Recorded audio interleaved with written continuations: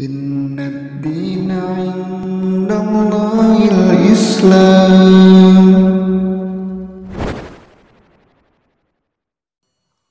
Assalamualaikum warahmatullahi wabarakatuh. Alhamdulillah, kali ini kita akan melanjutkan kisah turunnya Nabi Isa alaihissalam ke muka bumi pada akhir zaman. Tempat turunnya Nabi Isa alaihissalam. Dari An-Nawas bin Sam'an, beliau berkata, pada suatu pagi Rasulullah Shallallahu Alaihi Wasallam menyebut Dajjal. Beliau melirihkan suara dan mengeraskannya hingga kami mengiranya berada di sekelompok pohon kurma. Saat Dajjal seperti itu, tiba-tiba Isa bin Maryam alaihissalam turun di sebelah timur Damaskus di Menara Putih dengan mengenakan dua baju yang dicelup wars dan za'faran. Seraya meletakkan kedua tangannya di atas sayap dua malaikat. Bila ia menundukkan kepala, air pun menetes. Bila ia mengangkat kepala, air pun bercucuran seperti mutiara. Tidaklah orang kafir mencium baunya, melainkan ia akan mati. Sungguh bau nafasnya sejauh mata memandang. Isa alaihissalam mencari Dajjal hingga menemuinya di pintu Lut, lalu membunuhnya. Setelah itu Isa bin Maryam alaihissalam mendatangi suatu kaum yang dijaga oleh Allah SWT dari Dajjal. Ia mengusap wajah-wajah mereka dan menceritakan tingkatan-tingkatan mereka di surga. Hadis riwayat Muslim. Yang dimaksud Menara Putih sebagaimana diterangkan oleh Ibnu Katsir rahimahullah. Ibnu Katsir rahimahullah berkata, aku telah melihat di beberapa kitab bahwa sebenarnya turun Isa bin Maryam alaihissalam adalah di Menara Putih yang terletak di sebelah timur Jami' Damaskus. Inilah riwayat yang benar dan lebih kuat. Adapun riwayat yang menyatakan bahwasanya Isa alaihissalam turun di Menara Putih di sebelah timur Damaskus, maka itu hanya ungkapan perawi saja dari apa yang ia pahami. Yang benar, di Damaskus tidak ada menara yang dikatakan di sebelah timurnya. Yang ada hanyalah menara yang ada di sebelah timur Jami' al-Umawi. Inilah penyebutan yang lebih tepat. Karena ketika Nabi Isa alaihissalam turun, maka akan ditegakkan sholat. Lalu berapa lama Nabi Isa alaihissalam tinggal di muka bumi?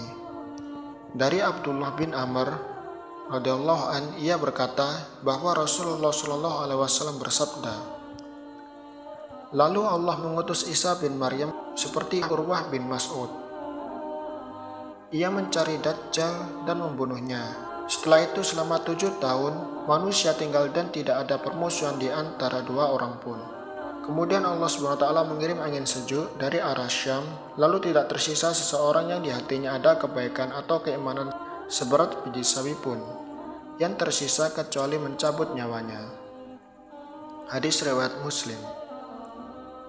Sedangkan pada riwayat Abu Dawud yang telah disebutkan, pada masa beliau Allah akan membinasakan semua agama selain Islam. Isa alaihissalam akan membunuh Dajjal dan beliau akan tinggal di muka bumi selama 40 tahun. Setelah itu ia meninggal dan kaum muslimin mensolatinya. Hadis riwayat Abu Dawud. Dalam riwayat Ahmad dari Aisyah radhiallahu anha, Rasulullah Shallallahu Alaihi Wasallam bersabda, jika Dajjal telah keluar dan saya masih hidup, maka saya akan membela kalian. Namun Dajjal keluar sesudahku. Sesungguhnya Rabb kalian Azza wa Jalla tidaklah buta sebelah, dan Dajjal akan keluar di Yahudi Asbahan hingga ia datang ke Madinah dan turun di tepinya, yang mana Madinah pada waktu itu memiliki 7 pintu. Pada setiap pintu terdapat malaikat yang menjaga. Lalu akan keluar menuju kepada Dajjal sejelek-jelek penduduk Madinah darinya hingga ke Syam, tepat di kota Palestina di pintu Lut. Sesekali Abu Daud berkata, hingga Dajjal datang tiba di Palestina di pintu Lut, lalu Isa alaihissalam turun dan membunuhnya. Kemudian Isa alaihissalam tinggal di bumi selama 40 tahun dan menjadi imam yang adil dan hakim yang adil. Hadis riwayat Ahmad. Dalam riwayat pertama dan lainnya seolah-olah bertentangan. Pada hadis pertama dikatakan bahwa Isa alaihissalam tinggal di muka bumi selama 7 tahun. Dan hadis kedua dikatakan 40 tahun. Ibnu Katsir rahimahullah mengatakan, disebutkan dalam hadis bahwa Nabi Isa alaihissalam tinggal di muka bumi selama 40 tahun. Namun dalam Sahih Muslim disebutkan dari Abdullah bin Umar, beliau menetap selama 7 tahun. Seolah-olah di sini ada yang rancu. Maka kita bisa maknakan bahwa maksud beliau tinggal di muka bumi selama 7 tahun adalah waktu tinggal beliau setelah beliau turun ke muka bumi, sebelum diangkat ke langit. Sedangkan sisanya adalah waktu beliau menetap di muka bumi, sebelum diangkat ke langit. Oleh karena itu, dari sini kita dapat mengatakan bahwa umur Nabi Isa alaihissalam adalah 33 tahun, sebelum beliau diangkat ke langit. Inilah yang masyhur. Namun apa yang dijelaskan oleh Ibnu Katsir rahimahullah dengan jalan memkompromikan riwayat yang ada disanggah oleh As-Safarini. As-Safarini menjelaskan hadis Aisyah yang dikeluarkan oleh Imam Ahmad dan lainnya yang menyatakan Isa akan membunuh Dajjal lalu akan tinggal di muka bumi selama 40 tahun. Hadis tersebut sama sekali tidak bermasalah. Al-Baihaqi pun berpegang dengan riwayat yang menyatakan bahwa Isa alaihissalam akan tinggal di muka bumi selama 40 tahun. Sebagaimana pula dinukil oleh As-Suyuti, beliau pun menguatkan salah satu pendapat karena jika ada tambahan penjelasan dari perawi yang sikoh, tentu saja bisa dijadikan argumen. Mereka yang menyatakan bahwa setelah Isa alaihissalam turun akan tinggal selama 40 tahun berpegang dengan riwayat yang banyak, sehingga mereka mendahulukan dari riwayat yang dibilang sedikit karena adanya tambahan yakin di dalamnya.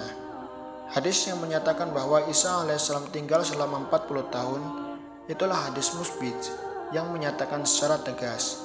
Tentu saja ini yang mesti didahulukan.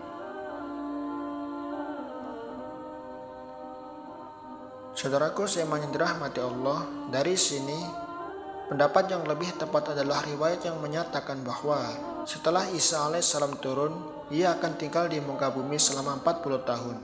Karena riwayat ini yang lebih banyak sebagaimana diisyaratkan tadi oleh As-Safarini. Namun boleh jadi 40 tahun seakan-akan dirasakan begitu cepat seperti 7 tahun. Lalu misi Isa alaihissalam yang lainnya selain memusnahkan Dajjal yaitu memusnahkan Ya'juj dan Ma'juj.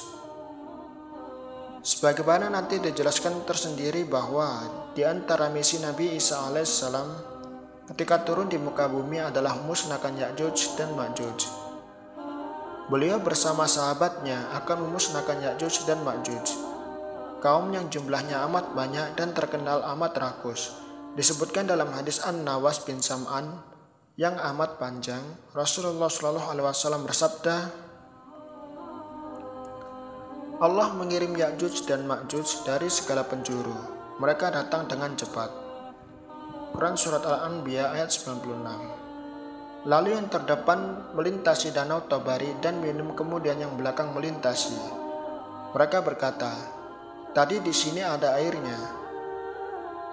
Nabi Isa alaihissalam dan para sahabatnya dikepung hingga kepala kerbau milik salah seorang dari mereka lebih baik dari 100 dinar milik salah seorang dari kalian saat ini. Lalu Nabi Isa alaihissalam dan para sahabatnya menginginkan Allah SWT mengirimkan cacing di leher mereka, lalu mereka mati seperti matinya satu jiwa. Lalu Isa alaihissalam dan para sahabatnya datang. Tidak ada satu jengkal tempat pun melainkan telah dipenuhi oleh bangkai dan bau busuk darah mereka.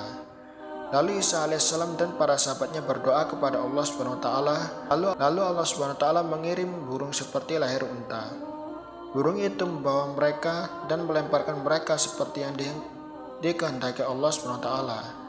Lalu Allah SWT mengirimkan hujan kepada mereka.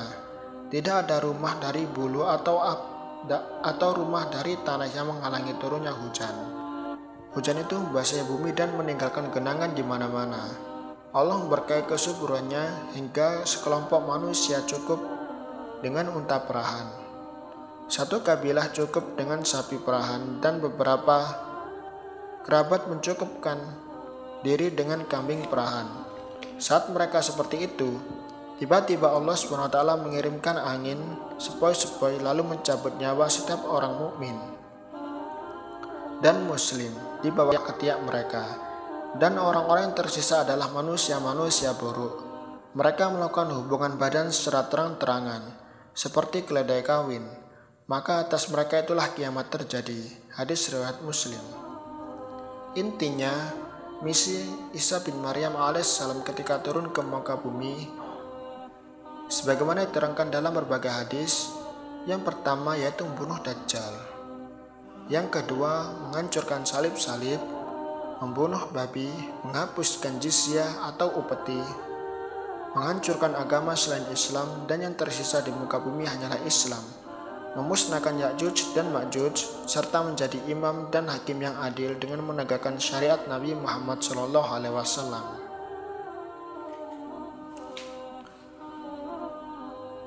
Adapun hikmah turunnya Nabi Isa alaihissalam di akhir zaman. Yang pertama, sebagai bantahan bagi Yahudi yang mengklaim bahwa mereka telah membunuh Isa bin Maryam alaihissalam. Sungguh Allah akan mengungkap kedustaan mereka. Isa alaihissalam nantinya yang akan membunuh mereka dan membunuh pemimpin mereka, yaitu Dajjal. Yang kedua, Isa bin Maryam alaihissalam telah menemukan dalam Injil mengenai keutamaan umat Muhammad SAW.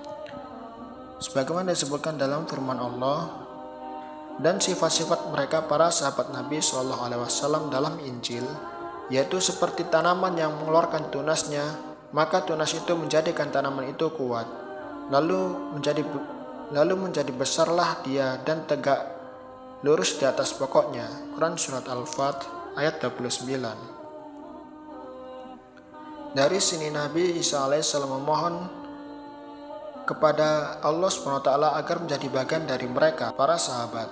Allah pun mengabulkan doanya. Allah membiarkan beliau hidup hingga akhir zaman. Beliau pun akan menjadi pengikut Muhammad SAW. Ketika Dajjal muncul, beliau pun yang menumpasnya. Yang ketiga, turunnya Isa alaihissalam dari langit semakin dekat dengan ajal beliau. Beliau pun akan dimakamkan di muka bumi. Oleh karena itu, ini menunjukkan bahwa tidak ada makhluk yang terbuat dari tanah yang mati di tempat lain selain bumi. Yang keempat, turunnya Nabi Isa alaihissalam juga adalah untuk membungkam Nasrani. Sungguh Allah akan membinasakan berbagai agama di masa Isa turun kecuali satu agama saja, yaitu Islam. Isa alaihissalam pun akan menghancurkan salib-salib, membunuh babi, dan menghapuskan jizyah. Yang kelima yaitu Nabi SAW pernah bersabda, "Aku orang yang paling dekat dengan Isa bin Maryam alaihissalam di dunia dan di akhirat. Dan para nabi adalah bersaudara dari keturunan satu ayah dengan ibu yang berbeda, sedangkan agama mereka satu." Hadis riwayat Bukhari dan Muslim. Rasulullah SAW adalah yang terspesial dan yang paling dekat dengan beliau. Isa bin Maryam sendiri telah memberi kabar gembira bahwa Rasulullah SAW akan datang setelah beliau. Beliau pun mengajak umatnya untuk membenarkan dan beriman terhadap ahli itu. Sebagaimana Allah SWT berfirman, "Wa idh qala Isa bin Maryam ya bani Israila inni rasulullahi ilaikum." Inni Rasulullah ilaikum musaddiqan lima baina yadayya minat Taurati wa mubasysyiran bi rasulin ya'ti min ba'di ismuhu Ahmad. Dan ingatlah ketika Isa bin Maryam alaihissalam berkata, "Wahai Bani Israel, sesungguhnya aku adalah utusan Allah kepadamu, membenarkan kitab sebelummu yaitu Taurat, dan memberi kabar gembira dengan datangnya Rasul yang akan datang sesudahku, yang namanya Ahmad." Quran Surat As-Saff ayat 6. Alhamdulillah, semoga bermanfaat untuk kita semua. Allahu a'lamu bishawab. Assalamualaikum warahmatullahi wabarakatuh.